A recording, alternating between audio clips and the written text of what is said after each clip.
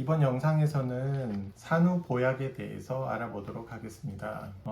산후에 몸을 튼튼하게 하는 게 필요한 경우는 크게 세 가지 유형으로 나타날 수 있는데, 첫 번째는 출산 이후에 산모님한테 생기는 불편한 증상을 해결하는 거. 이제 많이 알려져 있듯이 이제 산후풍이 되고, 산후풍의 여러 가지 증상 중에서는 산모님들이 이제 제일 신체적으로 힘들어하고 그런 증상이 생겨서 심리적으로 좀 불안해하는 거는 이제 시린 증상이 나타나는 거고,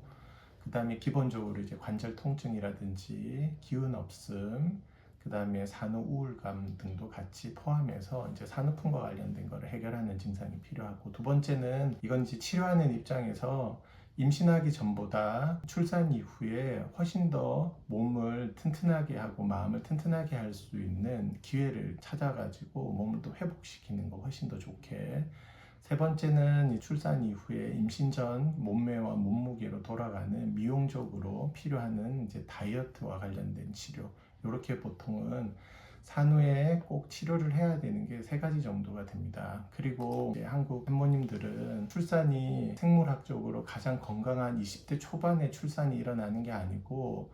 결혼도 늦어지고 여러 가지 조건 때문에 30대 초반부터 30대 중후반까지 첫 초산의 출산 시기가 많이 쳐져 있는 상태라서, 아주 건강했을 때 임신을 해서 몸을 회복시키는 상황과 아무리 몸을 참 잘 가꾸더라도 아주 젊었을 때 출산했을 때랑 몸을 회복하는 능력이 달라지기 때문에 꼭 부모님들한테 몸을 회복시키는 치료가 필요하고, 몸을 보호하는 치료는 양방에서는 없는 개념이기 때문에 한의학적으로 꼭 도움을 받으셔서 앞서 일러드렸던 세 가지를 획득할 수 있는 좋은 기회를 맞으시는 게 필요한 상황입니다. 출산 후 산후보약은 언제부터 복용하시는 게 좋으냐면,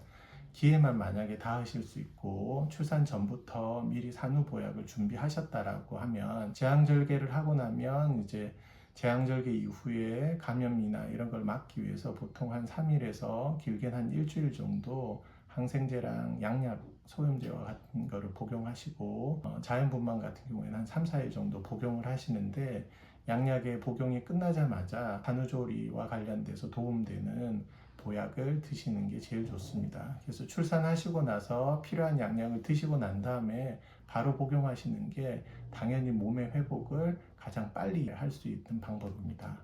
그리고 추천하는 복용 기간은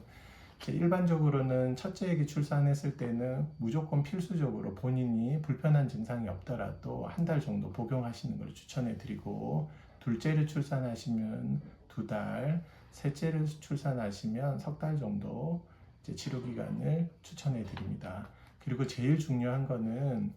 산후보약에 가장 무조건 필수적으로 하셔야 될 거는 마지막 아기 출산했을 때 몸조리를 잘해야지 그 몸조리 상태가 임신하기 전보다 훨씬 더 건강한 상태로 유지를 해서 그게 평생도록 유지될 수 있게끔 할 수 있습니다. 그리고 이제 산전보약과 산후보약의 차이점을 말씀을 드리면, 산전보약은 결론만 일러드리면 아기를 뱃속에서 훨씬 더 선천분포를 튼튼하게 해서 건강한 아기를 출산할 목적으로 산전의 보약을 드시는 거고, 산후보약은 출산 이후에 엄마의 회복을 돕고, 그 다음에 불편한 증상을 개선하고 임신하기 전보다 훨씬 더 건강을 유지할 수 있고, 출산 이후에 체중이 원래대로 멋지고 아름다운 몸매로 돌아가는 미용적인 측면으로서 산후보약은 산모님을 위해서 꼭 필요한 치료가 됩니다. 산전보약은 튼튼한 아기를 출산할 목적으로, 그 다음에 산후보약은 엄마를 튼튼하게 할 목적으로 복용하게 됩니다.